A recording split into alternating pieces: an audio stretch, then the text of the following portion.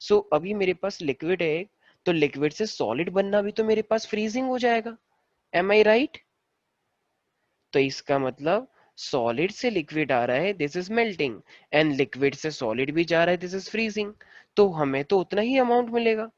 So can I say, it means we can say that the rate of freezing, जो freezing होने का rate है, जितने time में कोई चीज फ्रीज हो रही है उतने ही टाइम में कोई चीज मेल्ट भी कर रही है, तो हमें तो उतना ही मिलेगा जितना पहले मिल रहा था, राइट? तो रेट ऑफ मेल्टिंग, ये एक तरह से मान लो इस तरीके से, जैसे मान लो कोई भी एक पर्सन है, राइट, और उसकी सैलरी आ रही है, राइट। सपोज उसकी सैलरी, सपोज करो इस बार 20,000 इंक्रीज हो गई, ओके सपोज। तो अगर 20,000 इंक्रीज हो गई, लेकिन उस बार उसका खर्चा, उसकी गाड़ी खराब हो गई तो 20,000 उसके गाड़ी में लग गए, तो बताओ कि आपके पास कोई फर्दर सेविंग हुई? नहीं हो पाई ना। क्यों? जिस तरीके से सैलरी के अंदर इंक्रीमेंट हुआ, उतना ही हमारे पास खर्चा भी और बढ़ गया। तो हमारे पास सेविंग क्या कुछ एक्स्ट्रा हो पाया? नहीं। क्या कुछ नुकसान हुआ? नहीं। तो ना तो फायदा हुआ ना नुकसान हुआ, तो एक तरह से हमारा तो इक्विलिब्रियम मेंटेन रहा। Am I right? So this is what, this is the solid liquid equilibrium. Am I right? तो ये हमारे किस किस के बीच का इक्विलिब्रियम रहा? तो ये सॉलिड है और ये लिक्विड है, तो इन दोनों का इक्विलिब्रियम रहा। क्या इसी तरीके से कि मेरे पास लिक्विड और वेपर के अंदर हो सकता है? बिल्कुल हो सकता है। तो मेरे पास लिक्विड और वेपर के अंदर भी इक्विलिब्रियम होता है। तो ये तो था मेरे पास सॉलिड लिक्विड के बारे में, सॉलिड लिक्विड इक्विलिब्रियम, इक्विलिब्रियम। इसी तरीके से अब मेरे पास आता है लिक्विड वेपर इक्विलिब्रियम। तो अब मेरे पास एक लिक्विड है, एक मेरे पास वेपर है, ओके। तो लिक्विड वेपर इक्विलिब्रियम के लिए मुझे क्या लेना चाहिए भाई? जैसे हम सबको पता है कि अगर मेरे पास वाटर अगर लिक्विड स्टेट में भी है, ओके, तो अगर मेरे पास वाटर लिक्विड स्टेट में है तो ऑफ कोर्स जब हम उसे हीट अप करेंगे, तो हीट अप करने के बाद वो किस में कन्वर्ट हो जाएगा मेरे पास? ऑफ कोर्स गैसियस स्टेट में, राइट। अब देखो, लिक्विड से अगर कोई चीज गैस बनती है तो उसे हमें क्या बोलना चाहिए? कैन आई से वेपराइजेशन। और अगर वो अपने आप ही हो रहा है मान लो, तो उसे इवेपोरेशन बोलेंगे। भाई अगर हम उसे टेम्परेचर हाई देते हैं तो फिर तो वेपराइजेशन होता है, लेकिन अगर वो अपने आप ही हो रहा है तो उसे क्या बोलना चाहिए? Evaporation, right. तो ठीक है, ये इवेपोरेट हो रहा है। लेकिन अब मुझे एक बात बताओ, अगर अगर उतनी ही बारिश भी हो रही है, जैसे मान लो एक कहीं पे पानी भरा हुआ है, ठीक है, और वो पानी अपने आप क्या होता जा रहा है? ऊपर हवा में जाता जा रहा है। अब अगर वो अपने ऊपर अपने आप हवा में जाता जा रहा है, लेकिन उतनी ही बारिश भी आ रही है नीचे, तो वो इक्विलिब्रियम नहीं माना जाएगा। भाई गैस होता है, ऊपर कंडेंसेशन होता है ना। कहते हैं हमारे घर में बारिश क्यों हो रही है? Because of the condensation process. ठीक है, बारिश को हम प्रेसिपिटेशन भी बोलते हैं, राइट। तो अब वो गैस लिक्विड भी बन रही है, ऊपर इतना सारा वो जो बादल बन जाते हैं, क्लाउड्स होते हैं, तो बारिश भी हो रही है। तो इसका मतलब अगर ये रेट इक्वल है, तो कहना ही से यहाँ पे इक्विलिब्रियम मेंटेन हो रखा है। yes or no? So all these are the condition of what? These are the condition of equilibrium. So it means, can I say that the rate of the evaporation is equal to the rate of the melting? Sorry, rate of the evaporation is equal to rate of condensation, not melting. Melting is above side, right? Any doubt in this? So simple. When the rate of the evaporation is equal to the rate of the condensation, this is also the equilibrium. Now, can I take the solid and vapor? I guess we have heard about the, solid and vapor. I guess you people heard about the when solid is directly converting into vapor. So what it is known as? Can I say sublimation? Sublimation, it is a process which is directly direct conversion of the solid into vapor. When we are converting solid into vapor, of course. Suppose if you have the I2 it is a solid balls, okay, and suppose it is direct. Do you know about the naphthalene balls? जो basically चूहे को मारने के लिए use होती हैं, सफेद सफेद बॉल आती हैं, ठीक है, रैट किलर्स होते हैं।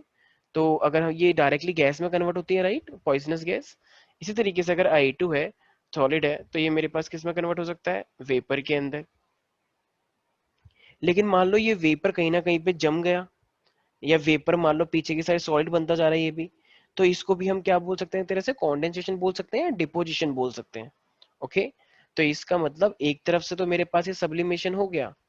वैसे छोटी क्लास में क्या पढ़ाया जाता है कि सॉलिड से वेपर बने या वेपर से सॉलिड बने, दोनों ही सब्लिमेशन होता है, राइट। लेकिन आजकल ये चेंज हो गया है। आजकल जब भी जैसे जैसे हम कभी मान लो किचन में कुछ बनाते हैं, तो जो धुआं धुआं होता है वो हमारे ऊपर कलेक्ट हो जाता है ना। जैसे फैन में भी कभी कभी धूल मिट्टी मिलती है बहुत सारी ब्लैक ब्लैक, तो वो डिपोजिशन ही तो हुई है गैस की, तो वो भी तो सॉलिड ही हो गया अब। तो डिपोजिशन, तो सब्लिमेशन का उल्टा डिपोजिशन भी माना जाता है, जब वेपर से सॉलिड बन जाता है। तो यहाँ पर भी तो हमारे पास रेट बराबर हो गए, राइट? इस साइड भी जा रहा है और इस साइड भी जा रहा है, मतलब फॉरवर्ड रिएक्शन भी हो रही है, बैकवर्ड रिएक्शन भी हो रही है, isn't it? So it is all about the equilibrium. Of course, like there are certain equilibrium also, like so in the solid solution. Suppose if you have the sugar which is solid, okay, and if you are melting that, like this solution become the in solution. I mean, like sugar can be in solid state and it can be in liquid state. Like, do you know sugar cane juice? So so from that a solid is getting formed. So yes, I mean the rate of dissolution and the rate of precipitation can be equal. तो it means equilibrium can take place. तो किसी चीज का melt करवाना, किसी चीज का dissolution करवाना, और किसी चीज का उससे वापस प्रेसिपिटेशन करवाना, ठीक है? जैसे कोई कोई सॉलिड है, आपने उसको डिसॉल्व कर दिया तो इसको हम बोलेंगे डिसोल्यूशन, और अगर आपने उसे फिर से प्रेसिपिटेट करवा दिया तो वो होगा प्रेसिपिटेशन। तो इसका मतलब वहां पर भी इक्विलिब्रियम हमारा एग्जिस्ट करता है। ओके, तो अब हमारे पास, हम ये ट्वेल्थ के अंदर एक चैप्टर आता है हमारा जिसे हम बोलते हैं सॉल्यूशन, राइट? तो सॉल्यूशन के अंदर हमारा एक टॉपिक होता है जिसे हम बोलते हैं हेनरी लॉ। तो ये हेनरी लॉ क्या होता है अपने आप में? तो हेनरी लॉ को हम बोलते हैं the amount of the gas dissolved in any in any mass of the solvent at any temperature, so it is directly proportional to the pressure of the gas, right, which is called the Henry law. तो solution के अंदर हम पढ़ते हैं जैसे कोई भी अगर मेरे को सॉल्युबिलिटी ज्यादा करनी है तो हमें प्रेशर बढ़ाना पड़ता है। जैसे हम जानते हैं Coca Cola, right? The company Coca Cola हमारे पास है, बहुत सारी कंपनीज है जैसे पेप्सी हो गई। तो तुमने देखा होगा कि जो उसका जो कैप होता है, राइट, तो उसका जो कैप के अंदर जो एकदम खोलते हैं तो एकदम एकदम साउंड आती है, राइट? इट मीन्स उसके अंदर बहुत ज्यादा प्रेशर था पहले, right? So whenever we just open it, so a lot of gases are there, right? हम we can feel it. तो इसका मतलब वो ऐसा क्यों होता है? ताकि जितने ज्यादा प्रेशर पे गैस को फिल किया जाएगा बाय द मशीन्स, तो उतनी ही ज्यादा उसके अंदर टेस्ट आता है, उसका अलग टेस्ट होता है ना। आई गेस देखा होगा आप सबने, अगर पेप्सी होती है तो पेप्सी को हम एकदम खोल के पीते हैं तो उसका टेस्ट अलग होता है, और जब उसे खोल के रख दो और अगर आप उसे 2-3 घंटे बाद पियोगे तो उसका टेस्ट अलग होता है, राइट? तो एकदम से ऐसा क्यों होता है? क्योंकि स्टार्टिंग में उसके अंदर बहुत सारी गैसेस होती हैं तो उसके साथ उसका अलग टेस्ट आता है, और गैस निकलने के बाद फिर उसका एक अलग टेस्ट होता है, isn't it? So we can say the amount of gas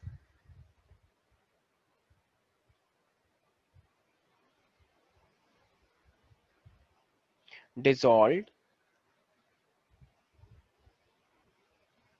in a given mass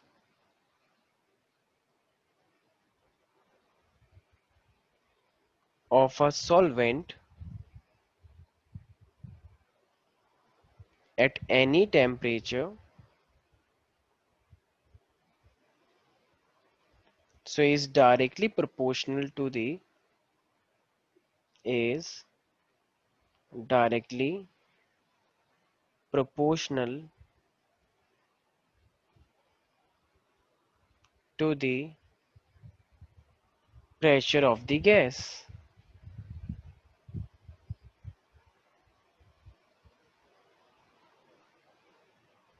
Okay, or you can say above the solvent. So when we apply the more pressure, so it means solubility is going to increase. But when pressure is less, so of course solubility will also be less.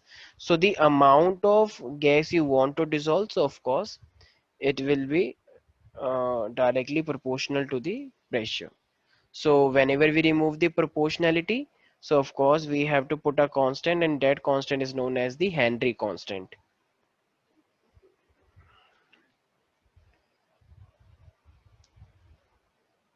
So this is the Henry law, and this is very simple. Okay, sometime they will ask you when the soda water bottle is there. So whenever you open a soda water bottle, so the gas freezes out, right? Or you can say the gas fizzes out. Okay, a lot of gas fizzes out. Why is it so? Why is it so? So when the soda water bottle we just open it, so a gas usually phases out. Why is it so?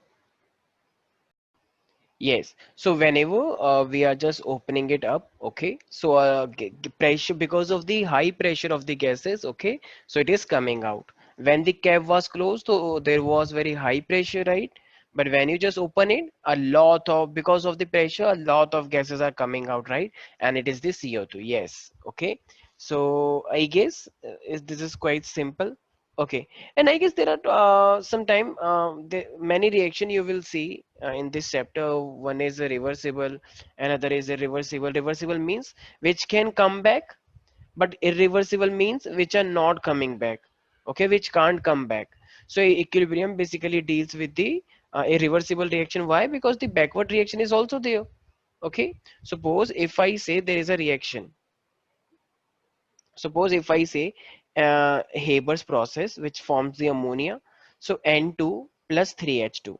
This is known as the Haber's process. When you take nitrogen and hydrogen gas, so it will form the 2 moles of ammonia. Okay. Ammonia can also form the N2 and hydrogen gas? Of course, it can. Okay, so it is a reaction which take place in both the sides, or you can say like forward reaction as well as the backward reaction under the same condition. Okay, that's why I put this sign. This sign meaning is equilibrium. It is not only forming the N2 from N2 to H2 to form NH3, but also from NH3 to N2 and H2. Okay, so this is a reversible reaction, but there are certain reactions which are irreversible. Like if you have the magnesium, okay, and if the oxygen is going to combine with it, so it will form the MgO. So MgO can't be converted back, Mg and oxygen. Okay, so now we are going to discuss about the main concept of the equilibrium.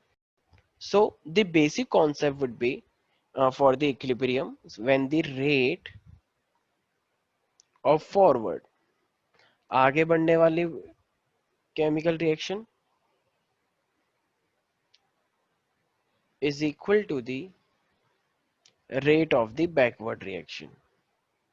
तो वो जो आगे बना है वो वापस पीछे भी जा सकता है. Rate of the backward reaction. So this is quite simple. Okay, तो अब मेरे पास कभी कभी ऐसे ग्राफ पूछ लिया जाता है कि मान लो अगर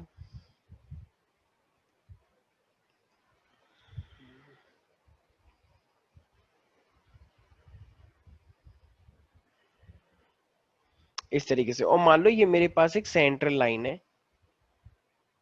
okay, this is my central line which is showing you the equilibrium point.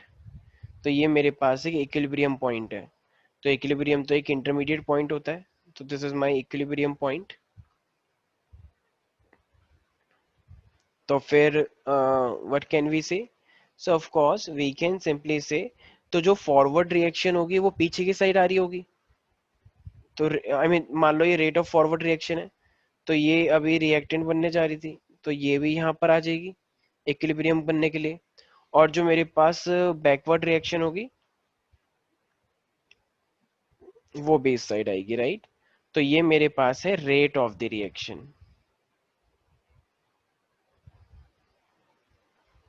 तो रेट ऑफ फॉरवर्ड रिएक्शन और रेट ऑफ बैकवर्ड रिएक्शन इस तरीके से होता है मेरे पास. ओके, तो this is the equilibrium point और ये मेरे पास टाइम है.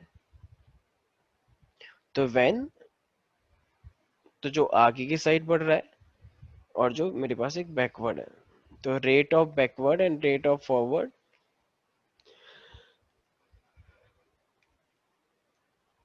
सो they are coming to the same point. तो इस तरीके से हम इक्विलिब्रियम को शो करते हैं. This is very simple. तो बहुत सिंपल है. जब भी हम चाय बनाएंगे, पानी हमने लिया, दूध हमने लिया, तो अब उसकी कॉन्सेंट्रेशन कम होगी और वो आगे जाके प्रोडक्ट बनाएगी, तो प्रोडक्ट की कॉन्सेंट्रेशन ज्यादा होती जाएगी, लेकिन एक पर्टिकुलर लिमिट तक रुक जाएगी, जबकि हमें इक्विलिब्रियम तक पहुंचना है, पूरी रिएक्शन नहीं करवानी है. तो अब अगर मैं यहाँ पे केमिकल इक्विलिब्रियम की बात करता हूँ, ठीक है, आगे जाके एक आयनिक इक्विलिब्रियम भी आता है। तो अब ये केमिकल इक्विलिब्रियम अपने आप में क्या होता है? देखो पहली बात ना, ये कोई स्टेशनरी वर्क नहीं है। ये कोई ऐसा नहीं है कि रिएक्शन हो रही है और वो रुक गई है अब बीच में आके, नहीं। ये कंप्लीटली इस तरीके से है कि रेट ऑफ फॉरवर्ड रिएक्शन जारी है, उसी टाइम पे बैकवर्ड भी जा रही है, लेकिन हमें मिल उतना ही रहा है रिएक्टेंट और प्रोडक्ट, लेकिन वो रुका हुआ नहीं है, वो अंदर अंदर मोशन में है, लेकिन वो दोनों साइड चल रहा है, इसलिए हमें उतना ही मिलता है हमेशा। तो इसका मतलब इक्विलिब्रियम, तो ये जो इक्विलिब्रियम में इट इज डायनेमिक। तो इक्विलिब्रियम मेरे पास क्या होता है? Dynamic in nature. डायनेमिक का मतलब इट इज नॉट स्टेशनरी, तो ये मोशन में रहते हैं, फॉरवर्ड और बैकवर्ड रिएक्शन। और हमारे पास जो कॉन्सेंट्रेशन होता है वो भी हमारे पास क्या रहता है? एक कांस्टेंट रहता है।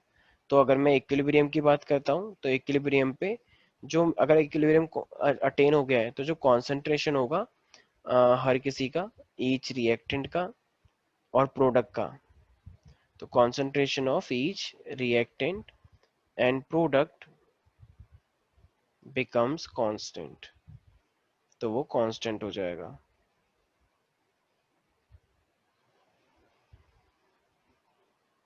तो इनका कांस्टेंट रहेगा।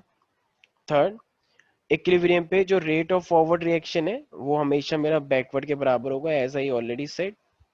तो जो फॉरवर्ड रेट होगा, ये तो पता ही है सबको, rate of forward rate should be equal to backward rate. तो ये मेरे पास, ओके। एक चीज का हमेशा ध्यान रखना है कि एक केमिकल इक्विलिब्रियम तभी स्टेब्लिश होता है जब कोई भी रिएक्टेंट या प्रोडक्ट मतलब स्केप आउट नहीं हो पाएगा। ठीक है, तो किसी को भी उससे स्केप आउट नहीं होना है। तो we shouldn't allow any reactant और प्रोडक्ट टू स्केप आउट। तो there should be no escaping out, मतलब कोई कंटेनर है, कोई कुछ भी है, तो नो स्केप आउट प्रोसेस होना चाहिए। ठीक है, तो कुछ भी स्केप आउट नहीं होना चाहिए।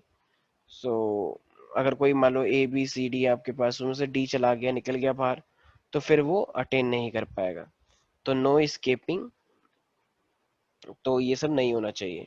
और एक चीज का, अब जो केमिकल रिएक्शन इक्विलिब्रियम होता है ना, तो वो बेसिकली उसकी भी एक ओवरऑल डायरेक्शन होती है, तो वो हम देखेंगे। ओके। अब कभी कभी आते हैं कि जो कैटलिस्ट होता है, क्या कैटलिस्ट इक्विलिब्रियम को अफेक्ट कर सकता है? नो। वाई? क्योंकि यहाँ पे तो बैकवर्ड और फॉरवर्ड दोनों ही है, तो कैटलिस्ट तो इक्वली तेज कर देगा ना बैकवर्ड और फॉरवर्ड को, तो तब भी तो कुछ फर्क नहीं आएगा। वैसे कैटलिस्ट हमेशा रिएक्शन को तेज करता है, लेकिन यहाँ पे तो दोनों ही साइड चल रही हैं, तो इसीलिए कैटलिस्ट डजंट अल्टर इक्विलिब्रियम। वो उनके रेट को और बढ़ा देगा, लेकिन इक्विलिब्रियम की वैल्यू तो उतनी रहेगी। जैसे मान लो आपके पास 5 थे, आपको बोला गया ये 5 है और ये 10 है। अब आपने कैटलिस्ट ले लिया, तो अब ये 10 हो गया, तो ये भी तो 20 हो जाएगा फिर। तो पहले भी आपको 1/2 मिल रहा था, तो अब भी तो आपको 1/2 मिलेगा। तो कैटलिस्ट तो दोनों साइड ही आपको वो करके देता है ना, तो इसीलिए सो इट डजंट, तो कैटलिस्ट रेट को नहीं कर सकता। क्यों? क्योंकि ये फॉरवर्ड और बैकवर्ड दोनों को इक्वली रेट से करता है। बहुत simple. Okay, so these are the some properties which you every should know कि कैरेक्टरिस्टिक्स ऑफ इक्विलिब्रियम क्या होता है। ठीक है, अब हमारे पास एक साइंटिस्ट आया जिसका नाम था गुलबर्ग एंड वाज। तो गुलबर्ग एंड वाज ने हमको एक कॉन्सेप्ट दिया जिसका नाम है लॉ ऑफ मास एक्शन, और जो कि हम 12th के अंदर केमिकल काइनेटिक्स के अंदर भी यूज करते हैं। तो मेरे पास इसका नाम था गुलबर्ग एंड वेज। तो गुलबर्ग और वेज ने क्या बोला हमको? इन्होंने कॉन्सेप्ट दिया जिसका नाम है लॉ ऑफ मास एक्शन। तो अब ये लॉ ऑफ मास एक्शन क्या है अपने आप में?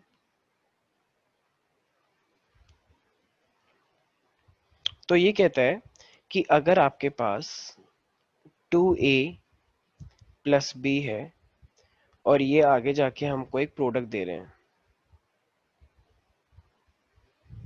तो जो रेट होगा हमारा, so rate would always be, rate कितने टाइम पे कितना प्रोडक्ट जा रहा है उधर, तो rate should always be directly proportional to the A. अब आगे वहां पे स्टोइचियोमेट्री क्या है? 2, तो इसकी पावर 2, और वहां पे क्या है b, तो इसकी power b, so A square और b। ओके, तो ये जो रेट ऑफ द रिएक्शन होता है it is directly proportional to the product of the active masses. Active masses का मतलब क्या होता है, मोलर कॉन्सेंट्रेशन। सो ये active masses molar concentration of the reactant ले रहे हैं, each raise to the power to their stoichiometric coefficient. तो जो हमने स्टोइचोमेट्रिक कोफिशिएंट लिया है आगे की साइड, जैसे 2 हो गया 4 हो गया, तो वो क्या बन जाएगा मेरे पास, पावर बन जाएगा, सिंपल। सो वी कैन से, तो इन्होंने क्या बोला है अपने आप में, लॉ ऑफ मास एक्शन के लिए, तो law of mass action states that rate is directly proportional to the product of active masses।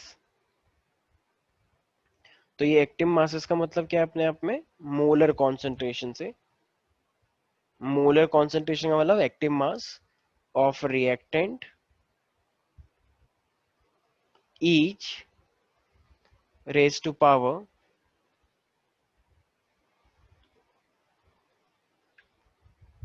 Equal to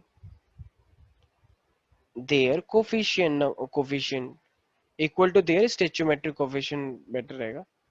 तो जो आगे लगा होता है, जैसे यहाँ पे 2 लगा हुआ था, तो वो क्या बन गया, पावर बन गया, तो यही तो बात हुई। तो to their stoichiometric coefficient, स्टोइचोमेट्रिक coefficients. तो यही है मेरे पास लॉ ऑफ मास एक्शन। यहाँ पे क्वेश्चन आता है what do you mean by the active mass. So active mass means molar concentration, जैसे ये ए की मोलर कॉन्सेंट्रेशन है, बी बी की अपने आप में एक मोलर कॉन्सेंट्रेशन है। ओके, तो यही है मेरे पास लॉ ऑफ मास एक्शन। अब हम इक्विलिब्रियम के बारे में थोड़ा बात करते हैं, लॉ क्या क्या है हमारे पास, लॉ ऑफ केमिकल इक्विलिब्रियम के बारे में बात करते हैं। तो एक एग्जांपल से हम ज्यादा बेटर समझेंगे। मान लो कि मेरे को एक रिएक्शन दे रखी है, small a plus capital A, small b plus capital B, it is in equilibrium. और इन्होंने हमको क्या दे दिया, small x capital Y plus small y is equal to capital Y। तो ये मेरे पास एक रिएक्शन है। हम सबको पता है जो इधर की साइड जा रहा है वो KF होता है, फॉरवर्ड रिएक्शन, और जो इधर की साइड जा रहा है वो KB है, बैकवर्ड रिएक्शन का रेट है। ठीक है, अब अगर मैं यहाँ पे रेट ऑफ द निकालना चाहूंगा, rate of the chemical reaction, तो देखो सबसे पहले मैं रेट ऑफ फॉरवर्ड देखता हूँ। तो अगर मैं रेट ऑफ फॉरवर्ड रिएक्शन को देखूंगा, so my rate of forward reaction would B, तो हमें क्या पता है, अभी हमने क्या देखा लॉ ऑफ मास एक्शन से, कि वो रिएक्टेंट के डायरेक्टली प्रोपोर्शनल होता है, राइट, और जो कोफिशिएंट होता है वो पावर बन जाती है। So the rate of forward reaction would be directly proportional to the molar concentration of A, right, and small a is the stoichiometric coefficient, so that is coming as a power here. Product means multiply b, and stoichiometric coefficient coming as power, right? So can I say this is what, this is my forward reaction। अब proportionality को हटा के हम एक constant भी लगाते हैं, this is forward rate constant kf। so this is capital A small a capital B small b, this is my rate, forward rate। Okay, this is very simple. This is how we can find out the rate of the forward reaction kf, a capital A की power small a capital B की power small b। लेकिन अब अगर मुझे ये बोला जाए इसी ऊपर रिएक्शन में कि आपको रेट ऑफ बैकवर्ड रिएक्शन निकालना है, अब अगर रेट ऑफ बैकवर्ड रिएक्शन निकालना है तो बैकवर्ड के लिए तो अब प्रोडक्ट ये वाला माना जाएगा, और अब रिएक्टेंट हो जाएगा ये वाला, राइट, क्योंकि हम तो अब बैकवर्ड देख रहे हैं ना, तो बैकवर्ड में जो बाद में बना है वो तो प्रोडक्ट माना जाएगा, तो बैकवर्ड कैसे हो जाना चाहिए, तो rate of backward reaction would be directly proportional to the, अब देखो बैकवर्ड के लिए कौन रिएक्टेंट हो गया, तो अब रिएक्टेंट ये हुआ ना राइट साइड वाला, तो इसको हम क्या लिखेंगे फिर, x की power small x into y की पावर स्मॉल y, राइट। तो ये मेरा क्या बन जाएगा, rate of backward is equal to, ये क्या बन जाएगा, के बी कैपिटल एक्स की power small X into capital Y की power small Y. Okay, So this is my rate of the backward reaction.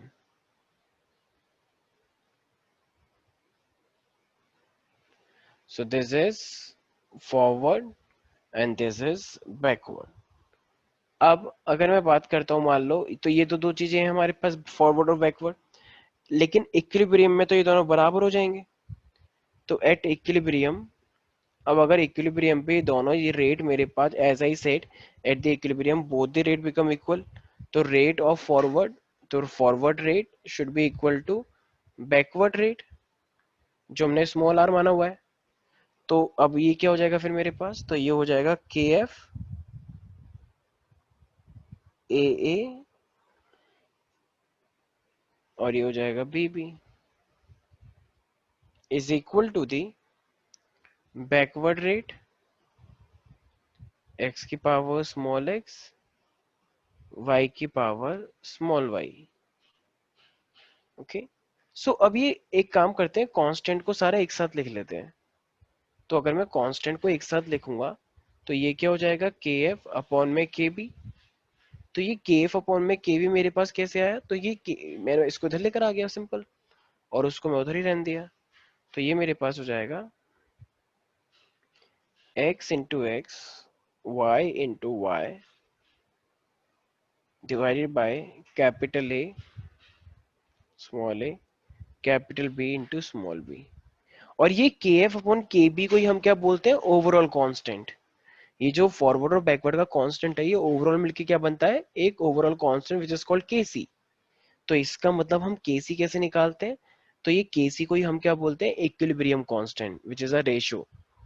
तो ये हमारे पास जो निकल के आया है, आई गेस ये पढ़ा होगा बहुत बच्चों ने, तो बहुत सिंपल किस तरीके से, जो तो हम डायरेक्ट निकालना सीखते हैं, लेकिन ये आता कैसे, आज हमने ये देखा कि ये केसी आता कैसे है।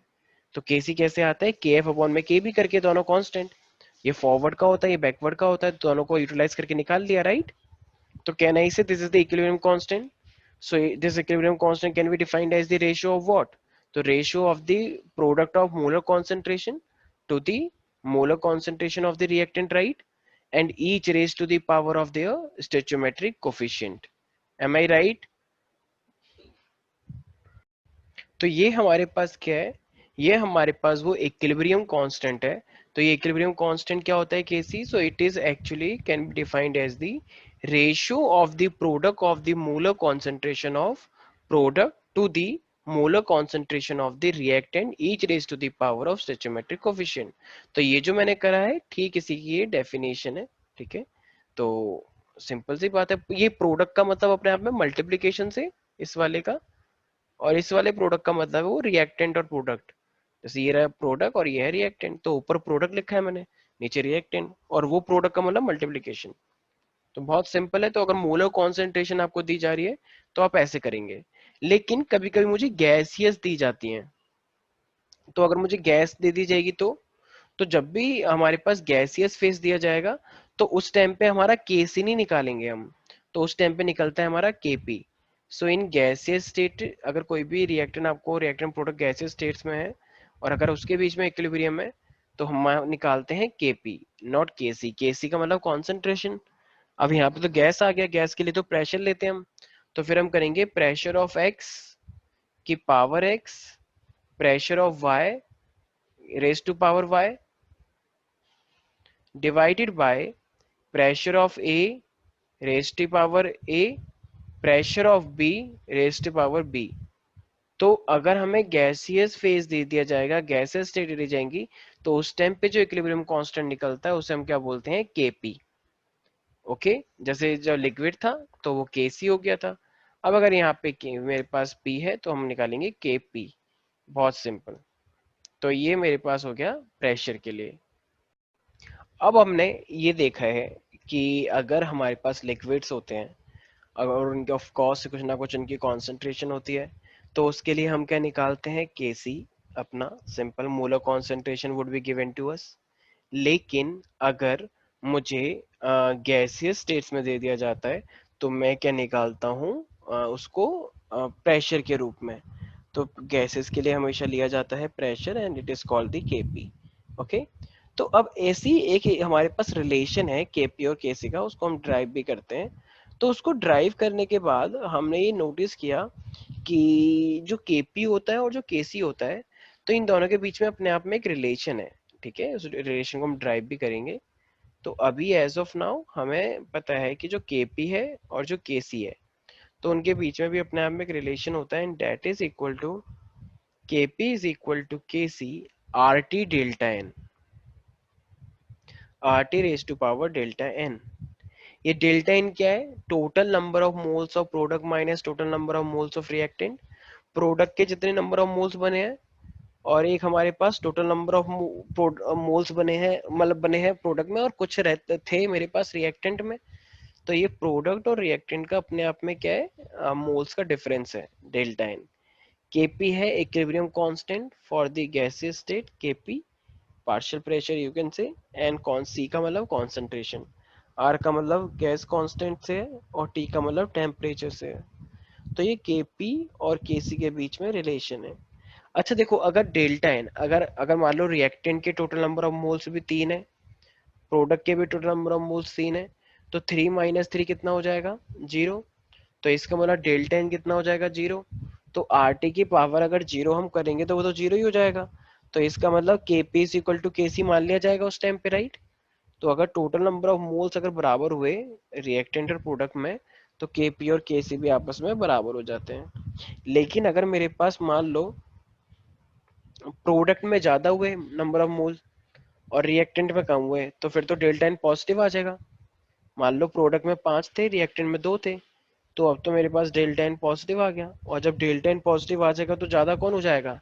देखो, अगर डेल्टा एन 3 हो जाएगा तो आर क्यूब और 3 टी क्यूब हो जाएगा।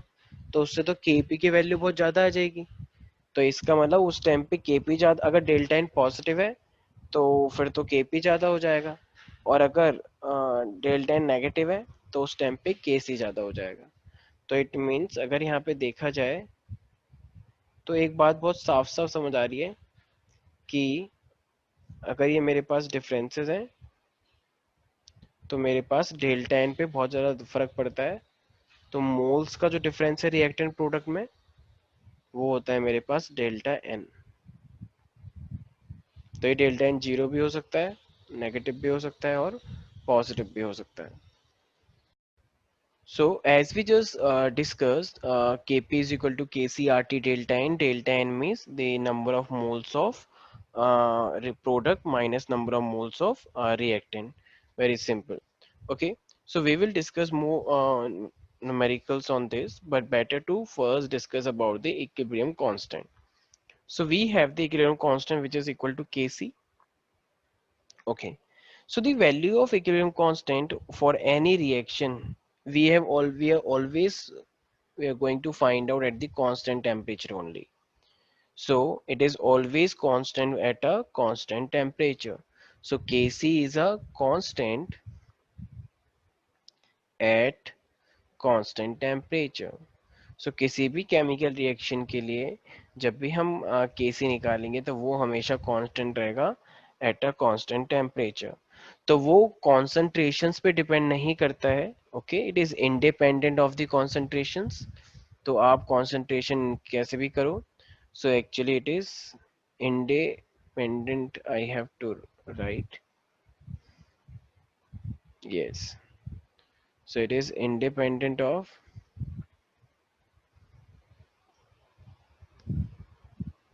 initial concentration of the reactants.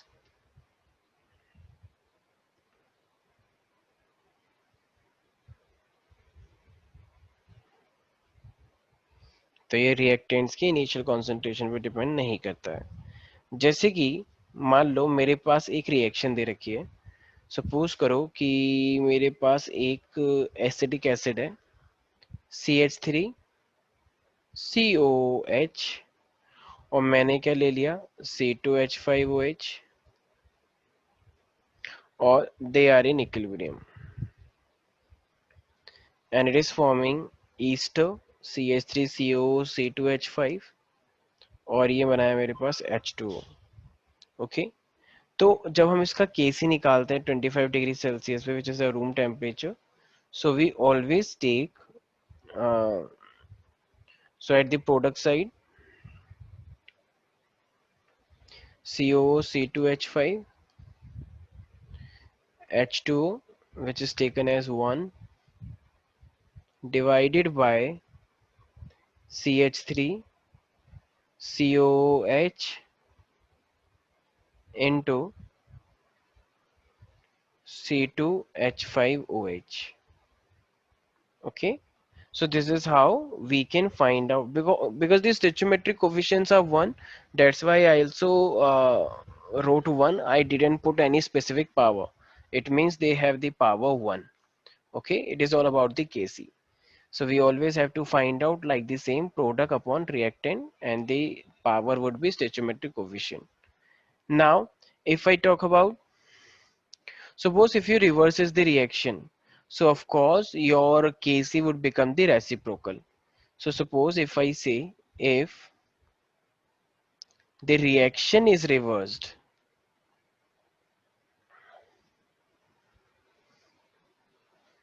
अगर हम रिएक्शन को रिवर्स करेंगे, then of course the value of equilibrium constant would be inverse also, or you can say reciprocal of that. So the value of equilibrium constant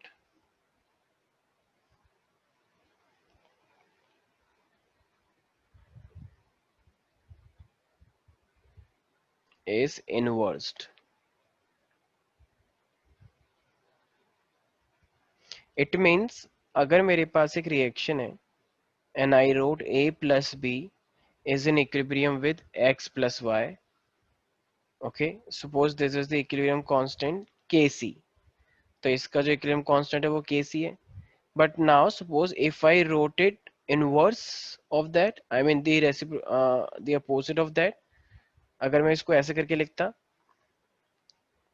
तो अगर मैंने इसे उल्टा कर दिया है तो ऑफ कोर्स जो मेरा नया इक्विलिब्रियम कांस्टेंट होता,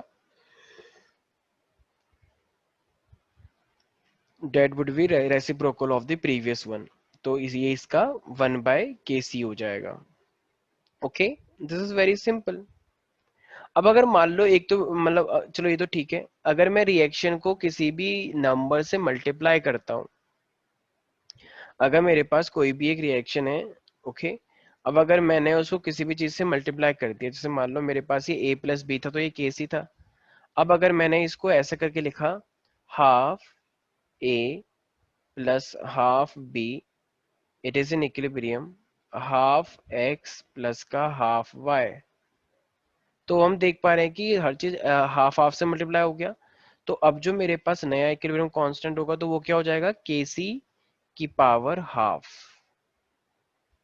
और केसी की पावर हाफ का मतलब अंडर रूट के सी, राइट. तो ये इस तरीके से भी हमारे पास होता है. अगर मैं 5 से मल्टीप्लाई करता तो पावर बन जाती 5. ओके, अगर मान लो मैंने 5 से मल्टीप्लाई किया होता तो ये बन जाता केसी की पावर 5. अगर मैंने 10 से किया होता तो ये बन जाता केसी की पावर 10. बहुत सिंपल. ओके, तो इसका मतलब अगर मैंने पूरी रिएक्शन को अगर मैंने 2 से मल्टीप्लाई किया होता तो जो न्यू कांस्टेंट आता वो क्या हो जाता, के square. Isn't it? So always remember that. तो ये था हमारे पास बेसिकली. और कैटलिस्ट के डालने से, as I already told you, catalyst के डालने से कोई इफेक्ट नहीं होता है. सो नो, बिकॉज वो हमेशा इक्वल एंड अपोजिट दोनों को ही करता है. So catalyst can't affect it. So the value of Kc is not affected by the catalyst.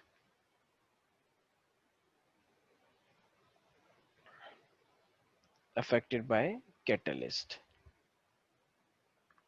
तो अगर आपने उल्टा किया तो रेसिप्रोकल, और जो भी पावर लगाई वो उसके ऊपर पावर लग जाती है. ओके, तो कभी कभी इसके ऊपर एक क्वेश्चन आता है. ओके, तो वो क्वेश्चन किस तरीके से होता है, सपोज कि आपको एक रिएक्शन दे रखी है और वो रिएक्शन आपको कुछ इस तरीके से दे रखी है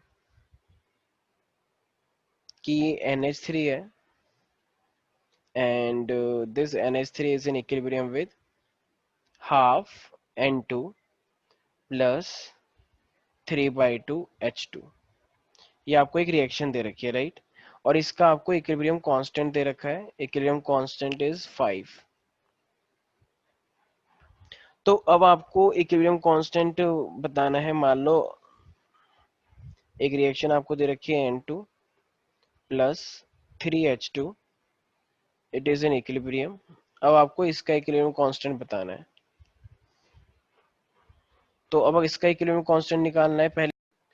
तो इट मींस सबसे पहली बात तो मैं इतना देख रहा हूँ कि इसको हाफ कर दिया गया है। अगर इसको हाफ कर दिया गया है तो इट मींस जो मेरे पास अब नया केसी आएगा, तो my new KC would be equal to, पिछले वाले का ये अपोजिट है तो ये 1/5। अच्छा, और इस पे पावर कितनी चढ़ाई गई है अगर मैं ऊपर देखूँ तो देखो ये पूरा का पूरा हाफ है और यहाँ पे सिर्फ 3 है। तो इसका मतलब यहाँ पे इसकी पूरी पावर को डबल किया गया है, तभी तो ये 2 कट गया है। देखो यहाँ पे NH3 1 था, यहाँ पे NH3 2 है। तो इसका मतलब इसकी पावर को तो जो आगे होता है वो पावर बन जाता है, तो इसका मतलब यहाँ पे 2 करना पड़ेगा। तो ये मेरे पास कितना बन जाएगा नया 125। तो जितने से आपने मल्टीप्लाई किया है इसको आपने जरूर 2 से मल्टीप्लाई किया है, तभी तो ये 2 आया, और बाकी मेरे पास नहीं आया। ओके, तो सिंपल यहाँ पे 1 था, यहाँ पे 2 है, तो इसका मतलब इस रिएक्शन को आपने 2 से मल्टीप्लाई किया है, तभी वो स्क्वायर भी बना है, वरना वो बनता ही नहीं। ओके, तो अच्छा अगर मान लो अगर मेरे को ऐसे तो इसी टाइप के बहुत सारे क्वेश्चंस भी आते हैं और काफी इजी भी होते हैं, I guess we can do this. तो देखो अब ना हमारे पास इस टाइप के न्यूमेरिकल्स होते हैं। अच्छा, तो अब ना यहाँ पे देखो इक्विलिब्रियम जितने भी होते हैं वो हमारे पास एक्चुअली दो टाइप के होते हैं। एक होता है होमोजीनियस। होमोजीनियस का मतलब क्या है, जब सारे के सारे रिएक्टेंट प्रोडक्ट एक जैसे होते हैं। अगर सारे सॉलिड हैं, सॉलिड तो होता ही नहीं है, अगर इस या तो सारे गैसियस फॉर्म में होंगे या फिर सारे के सारे लिक्विड स्टेट में होंगे, तो इसको हम बोलते हैं होमोजीनियस। लेकिन अगर एक लिक्विड है, एक सॉलिड है, एक गैस है, तो इस तरीके से उसे हम बोलते हैं हेट्रोजीनियस इक्विलिब्रियम। ओके, तो एक मेरे पास होता है होमोजीनियस और एक मेरे पास होता है हेट्रोजीनियस। सॉलिड के लिए हम लेते ही नहीं है। तो जैसे मान लो अगर मैंने आपसे बोला कि अगर मेरे पास गैसियस है, तो गैसियस के लिए हमें क्या लेना चाहिए, गैसियस के लिए हमें क्या लेना चाहिए, ऑफ कोर्स प्रेशर, राइट। तो मान लो अगर मेरे पास एक रिएक्शन दे रखी है H2 प्लस का I2 and it is in the 2HI, तो ये भी गैसियस में है, ये भी गैसियस में है और ये भी गैसियस में है।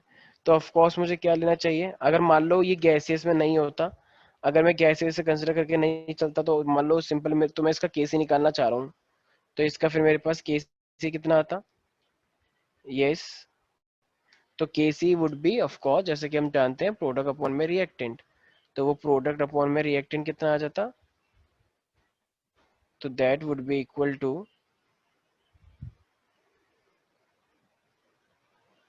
तो प्रोडक्ट, अब देखो जैसे कि यहाँ पे 2 है तो वो पावर भी बन जाता मेरे पास।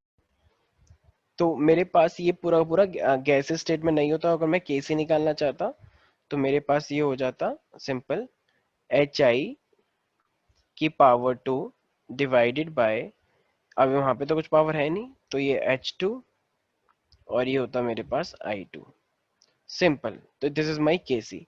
लेकिन अगर मैं इसी का केपी निकालना चाहता तो माई केपी वुड बी, तो प्रेशर लेते हैं हमेशा, तो पार्शियल प्रेशर ऑफ HI, तो इसकी पावर का square divided by partial pressure of H2 into partial pressure of I2, तो ये मेरे पास क्या बन जाता है केपी। तो दिस इज माई केपी। तो इस तरीके से हम केपी निकाल सकते हैं, और ये मेरे पास केसी है। ओके, तो ये अगर सारा का सारा गैसीय स्टेट में है तो ऑफ कोर्स हमें क्या बोलना चाहिए, all are in the same phase. So अगर ये सारे के सारे सेम फेज में है, all are in same phase, तो अगर ये सारे के सारे सेम फेज में है तो we will call it as homogeneous equilibrium. तो ये है हमारे पास होमोजीनियस इक्विलिब्रियम। लेकिन अगर इनमें से कोई भी एक अलग फेज में होता, एक सॉलिड में होता या सारे के सारे लिक्विड में होते, तो वो बन जाता हेड्रोजीनियस। तो अगर सारे डिफरेंट फेज में होते हैं, जैसे कि एग्जांपल लेते हैं, मान लो मेरे पास है calcium carbonate. Calcium carbonate solid state में होता है और this is in equilibrium with CaO, which is solid, okay, but it releases a lot of carbon dioxide. इस टाइप की रिएक्शन हमने 10th क्लास में काफी सीखी थी, right? Second chapter, acid base and salt. तो कैल्शियम कार्बोनेट स्लेक लाइम बनाता है, आई मीन जो क्विक लाइम है, CaO और CO2। अगर मैं इसका Kc निकालूंगा तो Kc कैसे निकलना चाहिए? प्रोडक्ट अपॉन में reactant CaO CO2 divided by CaCO3, तो ऐसे निकलना चाहिए। But we already know that CaO is in solid state, CaCO3 is also in solid state, and we know that all these solid must be taken as 1. So we all should take solids concentration equal to 1. So it means my Kc would be equal to, so in that scenario, we have to take Kc is equal to the CO2, which is in the gaseous state. Okay, so that's why it is better to say here Kc तो ये हो गया, and we can say Kp pressure would be equal to CO2. So this is Kc and this is Kp. Okay, very simple. So this is Kc and this is Kp. So this is what? They are not in the same phase. That's why we will call it as heterogeneous.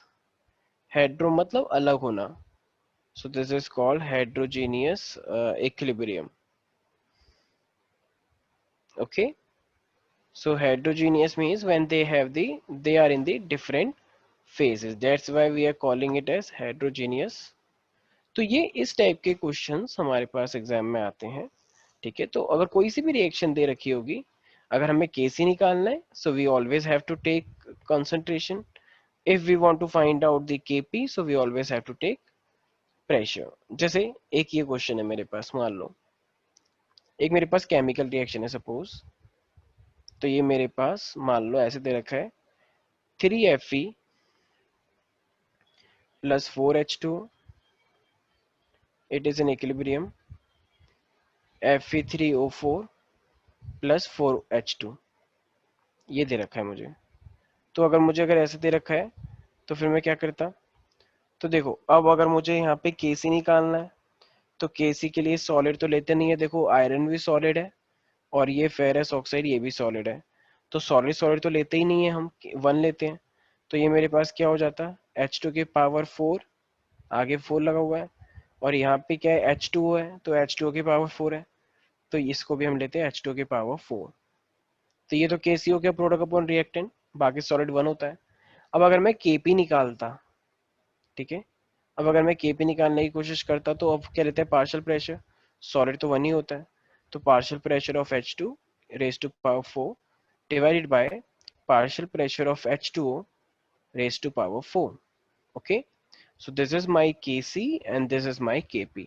तो इस तरीके से हम Kc और Kp निकाल सकते हैं। Okay, so Kp and Kc we have just find out. Okay, suppose if the question is given to you, H2O, it is in liquid state, okay, and it is in equilibrium with the H2O, which is in gaseous state like that. Okay, so this liquid H2O, it is in equilibrium with the H2O in this gaseous state. So now here vapor pressure I am saying of the water, it is given to you 0.0313 atmosphere. Okay, this is the vapor pressure. So vapor pressure of water at the 25 degrees Celsius, it is given to you 0.0313 atmosphere. So now you have to find out the value of Kp and the Kc, Kp and Kc at 25 degrees Celsius for the reaction. So how can we find out? So actually, if the vapor pressure is given to you, so you have to find out the Kp and Kc. What would be the value? So, so here H2O liquid is in equilibrium with the H2O gases. तो liquid तो एक pure solvent होता है, तो अगर मैं इसका एक Kp निकालूंगा तो Kp would be what? तो Kp तो मेरे पास partial pressure of H2O होता है, तो I mean partial pressure of H2 divide by partial pressure of H2 liquid, लेकिन लिक्विड का तो 1 होता है और ये गैसेस वाला हम ले रहे हैं पार्शियल प्रेशर, तो नीचे तो 1 हो जाएगा। तो इसका मतलब ये मेरे पास हो जाएगा, it is already given to us, कितना प्रेशर है 0.0313 और पावर तो 1 है ही, तो केपी निकल के आ गया। अब हमें पता है अगर हमें केसी निकालना है तो we already know the formula, KP is equal to KC R T delta N, तो we already know this thing delta N. अब अगर मैं यहाँ पे डेल्टा एन निकालना चाहूंगा तो लोगों को लगता है 1 - 1 0 हो गया, लेकिन ये गैस है वो लिक्विड है, तो ऐसे थोड़ी होता है। तो गैस का तो 1 हो गया और वहां पे कोई गैस है ही नहीं रिएक्टेंट के अंदर, तो जब कोई गैस है ही नहीं तो ये कितना हो जाएगा 1 - 0, तो मेरे पास डेल्टा एन कितना हो जाएगा 1। तो delta N is 1, so it means I have to put this value in it. So after putting these values, so Kp would be 0.0313, Kc we have to find out. What is the value of R? 0.0821, right? And what is the room temperature? This 298 Kelvin. And what is the delta N? We have already find out it is 1. So of course we can easily find out the value of Kc. So my Kc value would be 0.0313 divided by 0.0821 into 298. So by using this, we can find out the value of Kc. Okay. So after calculation, we will get the value of Kc here. Okay. This portion is not on the NCERT, but yes, it is important for your NEET and JEE examination. You can say it's a competition booster. So suppose for the temperature T1, okay, your equilibrium constant value is K1, but you have changed the temperature. So you have changed the temperature from T1 to T2, then you are getting the value. This is K1, this is K2. Okay. So the effect of the temperature on the equilibrium constant, we have the formula, and that formula is known as want of equation. That formula is given by the want of equation, and by that, using that formula, you can find out the delta H. Delta H means enthalpy. So this equation is log K2 by K1 is equal to delta H naught divided by 2.303 R 1 by T1 minus 1 by T2. So this is equation, this is want of equation which is relating the temperature constants and the delta H. तो ऐसी ही equation हम chemical kinetics में ही पढ़ते हैं, बस delta H की जगह पे क्या आ जाता है एक्टिवेशन एनर्जी। और वो एक्टिवेशन एनर्जी क्या होती है, that extra energy which must be supplied to the reactant side to convert into the product. तो ये सब हम पढ़ेंगे केमिकल काइनेटिक्स में, बस यहाँ पे एक्टिवेशन की जगह डेल्टा एच है। ओके। तो यहाँ पे log K two by K one, delta H 2.303 R and 1 by T. तो मान लो के टू अपॉन में के वन, मेरे पास एक टोटल कांस्टेंट है के, और ये 1 by T minus 1 by T two है, इसका मान लो एक मेरे पास टोटल है 1 बाई टी। तो कभी कभी हमको ग्राफ बनाने के लिए आता है कि आप एक इस पे ग्राफ बनाओ, मेरे पास इधर लॉग के है और इधर मेरे पास 1 बाई टी है, तो इसका ग्राफ कैसा आएगा। तो देखो हमने इक्वेशन पढ़ी ना, y is equal to M X plus C. तो अगर y इज इक्वल टू, अगर मैं इसे एम एक्स ले लूँ, देखो ये y है, ये एम एक्स है, और प्लस सी तो कुछ है ही नहीं, जीरो है। तो इसका मतलब वो स्टार्ट होगा मेन लाइन से, कोई इंटरसेप्ट नहीं है y का। तो अब m क्या बन जाएगा मेरे पास, ये m है मेरे पास ये वाला, तो m का मतलब होता है स्लोप। तो this is my slope right. तो इतना हिस्सा जो है मेरे पास स्लोप है, और ये मेरे पास सब देखा जाए तो डेल्टा एच माइनस का 2.303 आर, तो ये मेरे पास है। तो देखो इसका जो ग्राफ हमने देखा है ना, तो इसका ग्राफ कुछ इस तरीके से आता है। तो इसका मतलब यहाँ पे जो मेरे पास ये स्लोप है वो मेरे पास होगा, क्योंकि ये ग्राफ नीचे जा रहा है, तो ये एक्चुअली मेरे पास होता है माइनस का डेल्टा एच अपॉन में 2.303 आर। तो इस तरीके से हम ये लिख सकते हैं। तो ये m का मतलब क्या होता है, स्लोप होता है। तो we have to remember that तो इस टाइप के ग्राफ भी हमको बनाने के लिए एग्जाम में आ जाते हैं. तो this is basically for the exothermic. Why? Because the delta H is negative. I have taken. If you are taking the delta positive, then of course this graph wave will go to the positive side from the origin. So in such type of question, they will give you like you are increasing the temperature from 300 Kelvin to 310. So two temperatures are given to you, and they will say like your. So I guess in the chemical kinetics, people usually know that whenever we increase the temperature by 10 degrees Celsius, so the rate automatically become doubles. Okay. So एक चीज का ध्यान रखना है, जब भी हम अपना टेम्परेचर जब भी हम टेम्परेचर को 10 डिग्री बढ़ाते हैं, तो वो जो दूसरा के होता है वो 2 टाइम्स हो जाता है. तो अगर मैं सेम यही कॉन्सेप्ट यहाँ पे लगाऊंगा, 300 से अगर 310 हुआ है, तो मेरे पास क्या आ जाएगा?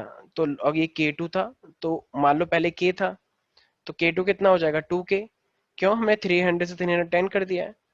आपको डेल्टा एच निकालना है, 2.30 तो यही रहेगा. आर की वैल्यू हम लोगों को पता है 8.314.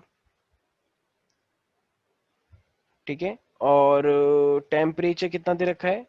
1/T1 - 1/T2. तो 1/T1 300.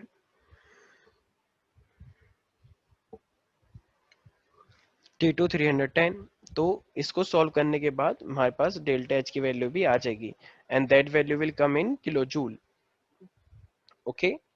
तो इस टाइप के क्वेश्चंस को सॉल्व करने के लिए भी आई मीन हमें ये डेल्टा एच निकालने के लिए हम ये सॉल्व कर सकते हैं. तो this is also very simple. Okay. अब हमारे पास जैसे कि हमें पता है कि इक्विलिब्रियम कांस्टेंट है, तो जो मैग्नीट्यूड होता है इक्विलिब्रियम कांस्टेंट का, ठीक है, तो वो हमें ये बताता है कि कितना अमाउंट बेसिकली इक्विलिब्रियम में है. तो देखो अब ये के की वैल्यू जो है ना, ये ज्यादा भी आ सकती है, ये कम भी आ सकती है, और ये ठीक ठाक मॉडरेट वैल्यू भी आ सकती है हमारे पास. तो अब इस चीज के लिए हमें क्या करना पड़ेगा? तो देखो, अब ना हमारे पास कुछ वैल्यूज हैं. अगर आपकी के की वैल्यू और 10 की पावर से 3 से ज्यादा आती है, तो इसका मतलब होता है your concentration of product is higher. Okay. तो इसका मतलब आपके पास जो कॉन्सेंट्रेशन है, तो वो फॉरवर्ड की तरफ ज्यादा जा रहा है. तो इसका सिंपल सा मीनिंग होता है कि कॉन्सेंट्रेशन किसके ज्यादा है? प्रोडक्ट के ज्यादा है. तो अगर आपकी वैल्यू केसी की वैल्यू 10 की पावर 3 से ज्यादा है, तो रेट ऑफ आई मीन जो कॉन्सेंट्रेशन है प्रोडक्ट की वो काफी ज्यादा है, और काफी ज्यादा है, तो इसका मतलब that is going to be forward. तो ये फॉरवर्ड रिएक्शन को फॉलो करेगा. लेकिन अगर मान लो आपका के की वैल्यू अगर 10 की पावर 3 से भी कम है, ये तो 10 की पावर 3 है, अगर 10 की पावर -3 से भी कम है, तो इसका मतलब आपके कॉन्सेंट्रेशन ऑफ प्रोडक्ट की वैल्यू बहुत ही कम है, मच स्मॉलर. तो वो बैकवर्ड की तरफ लेके जा रहा है. ठीक है. तो ये तो फॉरवर्ड की तरफ लेके जा रहा है, ये बैकवर्ड की तरफ लेके जा रहा है. लेकिन अगर आपकी वैल्यू के की इन दोनों के बीच में है, 10 की पावर -3 से लेके 10 की पावर 3 तक, तो इससे कम और इससे थोड़ा सा बीच बीच में, तो अगर आपकी वैल्यू इसके बीच में कहीं पे भी लाई कर रही है, तो इसका मतलब उस टाइम पे ना तो फॉरवर्ड ज्यादा है ना बैकवर्ड ज्यादा है, तो दोनों इक्वली है. तो उस टाइम पे कंडीशन बन जाएगी इक्विलिब्रियम की. Okay. So this is the condition for the equilibrium. तो अगर ये मेरे पास एक स्केल है, ये 10 की पावर -3 है, ये 10 की पावर 3 है, तो यहाँ तक जाएगा तो फॉरवर्ड, ऐसे जाएगा तो बैकवर्ड, और ये जो पूरा का पूरा अपने आप में एक रीजन है, ये मेरे पास है इस इक्विलिब्रियम का. ओके. तो this is the reason for equilibrium. जब भी आपकी के की वैल्यू 10 की पावर -3 से 3 तक के बीच में रहेगी, तो it is basically showing you the equilibrium condition. Okay. अच्छा, अब देखो, अब ना कभी कभी एग्जाम में क्या देता है कि आपको केसी की वैल्यू ऑलरेडी गिवन वो देगा. ओके. केसी की वैल्यू जब आपको ऑलरेडी गिवन वो देगा, तो अब आपको ना कहेगा कि एक मेरे पास रिएक्शन है, अब आप मुझे उस रिएक्शन की कॉन्सेंट्रेशन पे आपको दे देगा, एंड दे विल से कि आपको बताना है कि वो रिएक्शन फॉरवर्ड जा रही है, बैकवर्ड जा रही है, या फिर वो इक्विलिब्रियम में है. तो देखो उस टाइम पर ना, अब केसी तो मैं पहले से ही गिवन है, तो अब आप एक चीज निकालोगे, और वो केसी के जैसे ही जैसे आप निकालते हो प्रोडक्ट अपॉन रिएक्टेंट, और पावर बन जाती है, ठीक है, जो पावर होती है कोफिशिएंट बनता है वो आगे जाके। तो अब वैसी चीज निकालनी है, बस अब आप उसको क्या नाम दोगे, क्वोशिएंट, कॉन्सेंट्रेशन क्वोशिएंट। तो अब आप सेम जैसे कैसी निकालते हो ना, तो वैसे अब आप क्या निकालोगे, क्यूसी निकालोगे बस। तो क्यूसी एक तरह से केसी, क्योंकि इस बार आपको केसी पहले से दे दिया है। तो अगर मान लो वो क्यूसी जो आपने अभी निकाला है वही सेम फॉर्मूला यूज करके क्या होगा कि क्यूसी जरा जरा एक, अगर मैं कोई भी एक रिएक्शन देता हूँ मान लो, तो अगर मेरे पास कोई भी एक रिएक्शन दे रखी है इस तरीके से, suppose small a capital A, small b capital B, it is in equilibrium and x capital X plus small y capital Y, ऐसी मुझे एक इक्वेशन दे रखी है। आपको क्यूसी, अब देखो केसी तो हमें ऑलरेडी गिवन दे रखा है, मान लो कोई केसी की वैल्यू कितनी भी गिवन दे रखी है मुझे। तो अब आप क्या करोगे, सेम केसी के जैसा निकालते हो वैसे अब आप क्यूसी निकालोगे। तो क्यूसी क्या होगा, एक्स इंटू वाई, ये एक्स की पावर, ये स्मॉल वाई की power, divide by a into b, ये स्मॉल ए की पावर, और ये मेरे पास स्मॉल बी की पावर। तो सेम आप ऐसे ही निकालोगे। और दोनों को निकालने के बाद अगर आप देखोगे कि अगर आपका क्यूसी और केसी दोनों बराबर आ जाएगा, तो अगर एक चीज पे आपका क्यूसी और केसी बराबर आ जाएगा, इसका मतलब वो इक्विलिब्रियम की कंडीशन में है, that is the condition of equilibrium. तो वो इक्विलिब्रियम में है। अगर आपका क्यूसी ज्यादा है और आपका केसी कम है, तो वो कंडीशन क्या मानी जाएगी, क्योंकि देखो अब इस टाइम पे केसी तो कम हो गया है और जो भी आपने निकाला है वो ज्यादा है। तो केसी अगर कम हो गया है तो उस टाइम पे कंडीशन मानी जाती है, it means your reaction is backward. KC की वैल्यू कम आ गई तो इसका मतलब वो बैकवर्ड डायरेक्शन को शो करेगा, reaction is going to be backward. और अगर आपका क्यूसी कम आ गया और केसी ज्यादा है जो आपको गिवन दे रखा था, तो अगर आपका केसी ज्यादा है it means reaction is going to be in forward direction. तो ऐसी कंडीशंस के लिए आप क्यूसी निकालते हैं जब आपको केसी ऑलरेडी गिवन दिया होता है। ओके, तो KC will be given to you here and you have to find out the, suppose if I say my kc, suppose my kc value is given to you, suppose I am saying 1.2 suppose। तो अगर मेरे को केसी की value 1.2 दे रखी है और अब आपको क्यूसी निकालना पड़ेगा, कोई भी रिएक्शन दे रखी है और आपका क्यूसी आ गया 0.6 सपोज, तो just tell me it would be backward और फॉरवर्ड। तो केसी की वैल्यू मेरे पास ज्यादा है और क्यूसी की वैल्यू कम है। तो जब केसी की वैल्यू ज्यादा हो जाएगी तो it means it is showing the forward reaction, right, क्योंकि क्यूसी की वैल्यू 1.2 है और क्यूसी की वैल्यू 0.6 है। तो of course it is showing the forward reaction, very simple it is, right. तो इस टाइप से हम ये चीजें कर लेते हैं। तो इस टाइप पे तो ये पूरा का पूरा अपने आप में पोर्शन था इक्विलिब्रियम, केमिकल इक्विलिब्रियम के इक्विलिब्रियम कांस्टेंट के बारे में। तो वो तो क्यूसी एंड केसी के बारे में था। अब देखो कभी कभी हमें इक्विलिब्रियम कांस्टेंट, मान लो अगर एक क्वेश्चन दे रखा होता है, मान लो एक पीसीएल 5 है और एक पीसीएल 5 इक्विलिब्रियम में है और उसने हमें दिया पीसीएल 3 और ये दिया है मेरे पास सीएल 2। तो हमें हमेशा पता है कि जब भी इनिशियल, जैसे अभी प्रोडक्ट तो बना ही नहीं होगा, जब भी हम चाय बनाते हैं तो उसमें दूध होता है, चाय पत्ती होती है, दूध होता है, लेकिन चाय नहीं हो बनी अभी। तो इनिशियल तो यही रहेगा ना, तो इनिशियल में तो कोई प्रोडक्ट अभी बना ही नहीं है। अब जब वो इक्विलिब्रियम में आता है तो इक्विलिब्रियम से कुछ पोर्शन वो अपना प्रोडक्ट को दे चुका है, तो इस वन में से वो कुछ हिस्सा इसको दे चुका है। तो यहाँ से अगर एक्स निकला है, जब यहाँ पे वन था तो यहाँ पे भी वन वन था, तो जब यहाँ से एक्स गया तो यहाँ पर भी तो एक्स एक्स बनेगा, राइट। तो अब अगर मैं केसी निकालूंगा तो केसी क्या होता है, product upon reactant, PCl3 into Cl2 divide by PCl5। तो फिर ये क्या हो जाएगा मेरे पास, कहना इसे x into x divide by 1 - x। Am I right, very simple it is. तो इस टाइप का हमें, तो इस टाइप की अगर जो भी वैल्यू दी जाएगी हम कर लेंगे। अच्छा, कभी कभी वो हमें कैसे देगा, मान लो अगर उसने आपको ऐसे दे रखा है H2 प्लस का I2, it is in equilibrium with 2HI। तो अगर ऐसे करके देगा तो देखो हम इनिशियल में क्या लेते हैं, मान लो इनिशियल आपने दिया A और B और ये कितना है 0। अब हमें पता है कि जो हिस्सा यहाँ से जाएगा वो हिस्सा I2 से भी तो जाएगा। तो इस टाइप के क्वेश्चनों के लिए हम क्या करेंगे, A - x, ऐसे हम फिर यहाँ से भी करेंगे B - x। तो यहाँ से भी x गया, यहाँ से भी x गया, तो यहाँ पे क्या बनाएगा, x ही तो बनेगा। देखो अब ये H2 और I2 है तो ये 2HI बना है, 2HI दोनों का यूज करके। तो जब यहाँ से X गया, यहाँ से X गया, तो यहाँ पे भी तो फिर 2X ही बनेगा। ऊपर रिएक्शन के अकॉर्डिंग देखो, जब यहाँ पे 1 1 था तो 2 बना है, तो जब यहाँ पे एक्सेस गया तो ये 2x बनेगा ना। तो इस टाइप से हम चीजों को सॉल्व करते हैं। ठीक है, तो rest of the portion we will discuss in our next class. तो इसी टाइप के क्वेश्चंस हम और भी ज्यादा प्रैक्टिस करेंगे। ठीक है, तो आज के लिए हमने जो पूरा इक्विलिब्रियम का एक इंट्रोडक्शन लिया है और पूरा इक्विलिब्रियम कांस्टेंट के बारे में देखा है। ठीक है, तो और जो भी कोई डाउट होगा आप पूछें। तो बाकी हम करते हैं अपना नेक्स्ट यूट्यूब की वीडियो में। ठीक है, आज के लिए इतना ही रखते हैं। Bye bye, take care. I hope सब लोगों को समझ में आया होगा जिसने भी ये देखा है। Bye bye.